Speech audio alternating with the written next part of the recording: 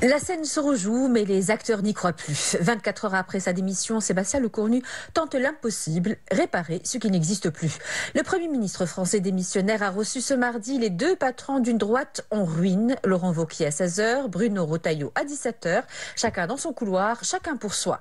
La droite désormais, c'est deux portes d'entrée et une porte de sortie. Aucun Premier ministre qui arrivera dans les circonstances que nous connaissons n'aura la tâche facile étant donné l'absence de majorité à l'Assemblée nationale. Mais la condition, encore une fois, je le redis, c'est que le président ne gouverne plus. Un gouvernement de cohabitation. Et pendant que Lecornu négocie dans le vide, Jordan Bardella tend la main aux Républicains pour un accord de gouvernement.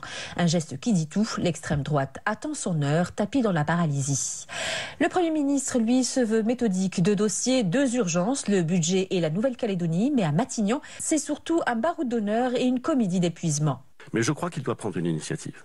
Et il me semble qu'il s'honorerait si par exemple, il proposait un nom de Premier ministre, il nommait un Premier ministre avec pour fonction d'exécuter les affaires courantes et de construire un budget. Il annonce qu'il organise une élection présidentielle anticipée, c'est-à-dire qu'il part immédiatement après que le budget a été adopté. Une bombe politique. Le vieux compagnon du président Macron lui demande de partir et dans la foulée, Gabriel Attal enfonce le clou. Une vraie négociation avec un négociateur indépendant des partis politiques. Et parce que je constate depuis un an que les négociations ont toujours été menées par des personnalités désignées par le président de la République comme Premier ministre. Deux fidèles en moins et un président plus seul que jamais.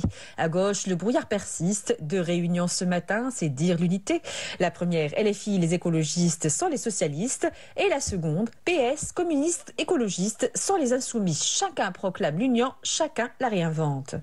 Comme je vous l'ai dit, nous, notre proposition, elle s'adresse à toutes celles et tous ceux qui veulent continuer à apporter le programme du nouveau Front populaire. Et elle s'adresse à tous et après chacun prendra ses responsabilités et ses décisions. Mais les faits sont têtus. Jean-Luc Mélenchon boude les consultations, raille les affaires courantes du Premier ministre et le PS réclame Matignon pour la gauche tout en refusant de s'asseoir à la même table. Les socialistes peuvent être l'une des solutions pour sortir le pays de l'ornière. Et nous avons la parfaite conscience qu'il n'y a pas de majorité absolue dans cet hémicycle, si ce n'est une.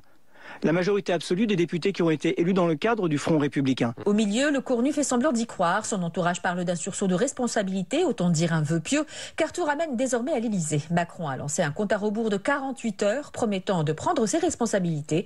Et derrière la formule, une impasse, dissolution, démission ou une nomination d'un quatrième Premier ministre en 12 mois. Rien n'est tranché, sinon le diagnostic. La France tourne à vide, la droite implose, la gauche s'éparpille et le centre ne tient plus que par l'habitude du pouvoir.